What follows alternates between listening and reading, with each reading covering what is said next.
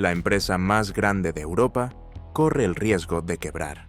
Volkswagen, el gigante que marcó el milagro económico de Alemania, hoy se tambalea. Fábricas en riesgo, despidos masivos, competencia china imparable y una transición eléctrica que no despega. Esto no es solo una crisis empresarial, es una amenaza a la identidad industrial de toda Europa. Pero, ¿cómo pasó de ser un símbolo de orgullo europeo a estar al borde del colapso? Volkswagen nace en 1937 como parte del sueño del Tercer Reich, que era construir un coche asequible para cada familia alemana. Adolf Hitler quería una versión germana del Ford T, y para eso confió en Ferdinand Porsche. Este proyecto se llamó inicialmente KDF Wagen, el coche de la fuerza a través de la alegría, y debía costar menos de 1000 marcos. Su diseño se inspiró en ideas ya existentes, algunas incluso de ingenieros judíos que luego fueron perseguidos, y pronto se convirtió en lo que hoy conocemos como el Beetle. Durante la Segunda Guerra Mundial, la planta de Volkswagen se convirtió en una fábrica de guerra. Más de 20.000 personas trabajaron allí bajo condiciones de esclavitud. Prisioneros de guerra, judíos deportados, mujeres embarazadas. Today is Victory in Europe Day. This was the moment we'd all been waiting for, to hear the end of the war in Europe officially announced by the Prime Minister.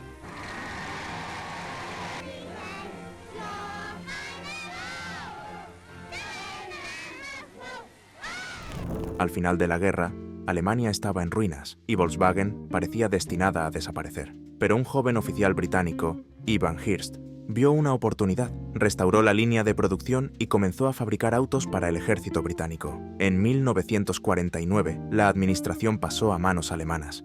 Heinrich Nordhoff tomó el mando. Su estrategia fue simple pero efectiva: producir en masa un solo modelo, el Beetle, con una calidad que nadie pudiera cuestionar. Y funcionó. A mediados de los años 50, el Beetle ya era un icono mundial. Se producía en Alemania, México y Brasil. En Estados Unidos, se convirtió en el coche de los jóvenes pacifistas que rechazaban la cultura del exceso. Para los años 60, Volkswagen ya no era una marca nacional, era un fenómeno global. Y Wolfsburgo, su sede, había pasado de ciudad industrial a emblema del progreso. El ascenso de Volkswagen como conglomerado es uno de los más impresionantes de la historia empresarial moderna. En los años 70, tras el éxito sostenido del Beetle, Volkswagen lanzó el Golf, un coche compacto que redefinió la industria europea. Fue seguido por el Passat, el Polo y el Jetta, modelos que rápidamente se consolidaron como referentes de eficiencia, diseño y confiabilidad. Pero lo verdaderamente ambicioso fue su expansión corporativa. Volkswagen compró Audi y la posicionó como marca premium. Luego absorbió SEAT en España, Skoda en República Checa y más adelante marcas de lujo como Bentley, Bugatti, Lamborghini y Porsche. El resultado fue un ecosistema automotriz de 12 marcas, más de 100 fábricas en todo el mundo, operaciones en 153 países y más de 10 millones de vehículos vendidos al año. En 2007, Volkswagen superó a General Motors en ventas globales. En 2016, superó a Toyota y se convirtió en el fabricante número 1 del planeta. Y 2 años después, en 2018, registró ingresos por más de 235.000 millones de euros, más que el PIB de países como Portugal o Grecia. Su plantilla global superaba los 680.000 empleados. Y es que Volkswagen no era solo un fabricante de coches, era un símbolo de poder económico. Su influencia política en Alemania era tal que el estado de Baja Sajonia, donde se encuentra Wolfsburgo, mantiene una participación accionarial con poder de veto. Wolfsburgo, la ciudad donde se encuentra su sede principal, tiene la renta per cápita más alta de Alemania. Todo gira en torno a la empresa. Hospitales, escuelas, transporte. Es literalmente una ciudad Volkswagen.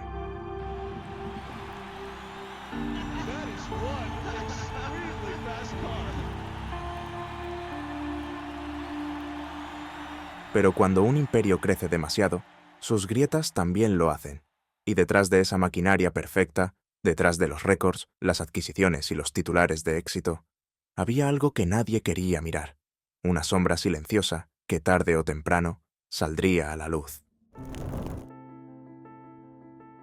El mundo descubrió que Volkswagen había mentido. Durante años la empresa instaló software para engañar los controles de emisiones de sus coches diésel. Los coches contaminaban hasta 40 veces más de lo permitido, y lo sabían. Habían invertido recursos en manipular la tecnología, no en mejorarla. El escándalo fue global. Estados Unidos impuso una multa histórica de más de 30.000 millones de dólares. Las demandas se multiplicaron por todo el mundo. Países como Corea del Sur, Canadá, Australia y miembros de la Unión Europea iniciaron sus propias investigaciones.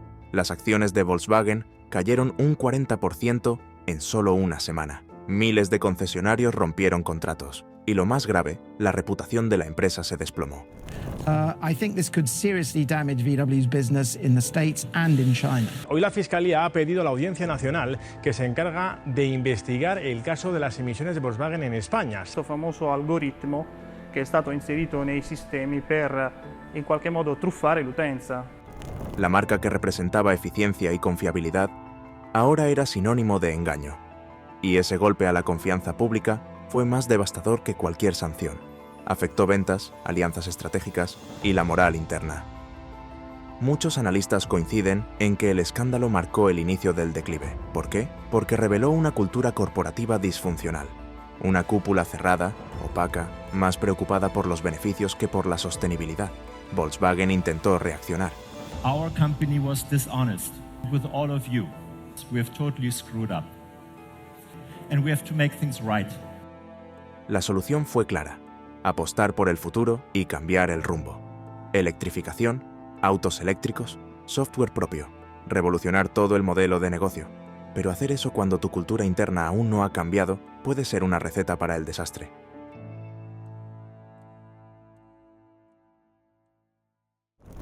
Tras el escándalo, Volkswagen decidió redibujar su futuro desde cero. La empresa anunció una de las transformaciones más ambiciosas de la historia automotriz. Quería convertirse en líder mundial de la electromovilidad.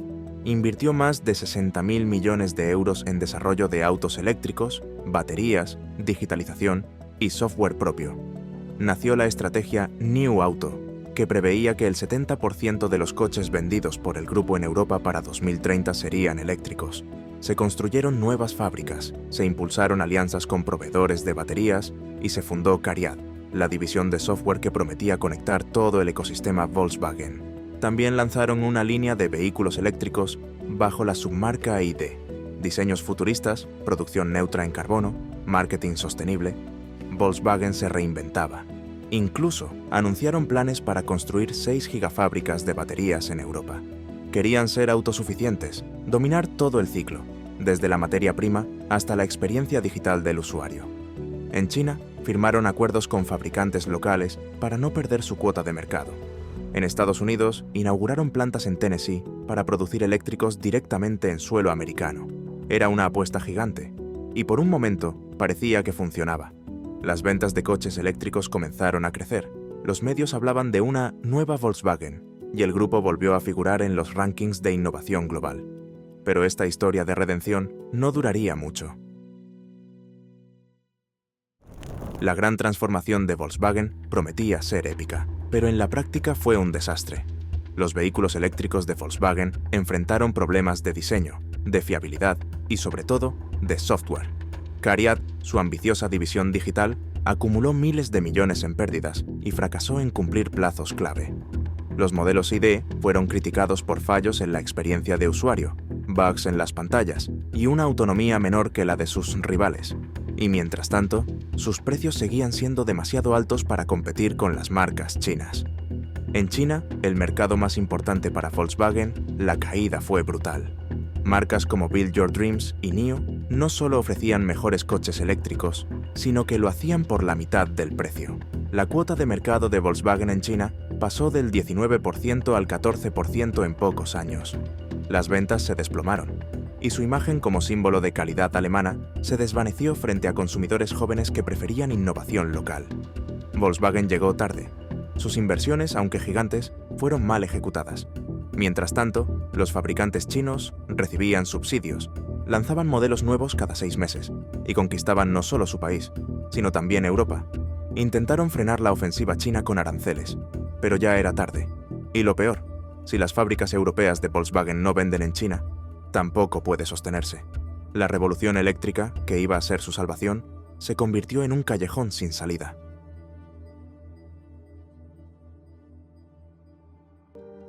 En 2025, Volkswagen ya no es lo que era. La crisis ha dejado de ser un riesgo y se ha convertido en una realidad tangible. La dirección del grupo ha anunciado que necesita recortar más de 17.000 millones de euros para sobrevivir. Y por primera vez en sus 87 años de historia, se contempla cerrar fábricas en Alemania. Wolfsburgo, la cuna del milagro económico alemán, tiembla.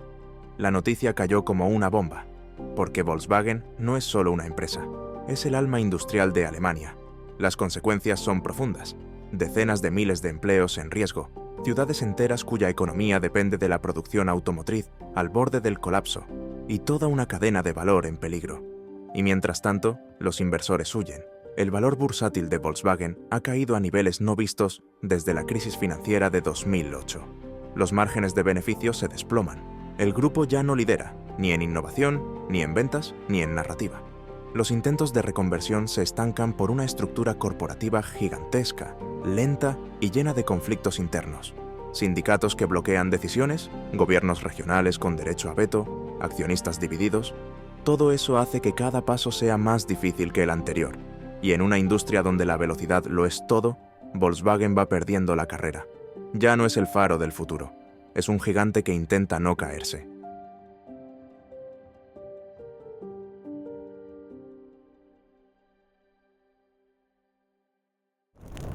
La pregunta es, ¿puede una empresa tan grande, tan compleja, tan históricamente arraigada, reinventarse realmente?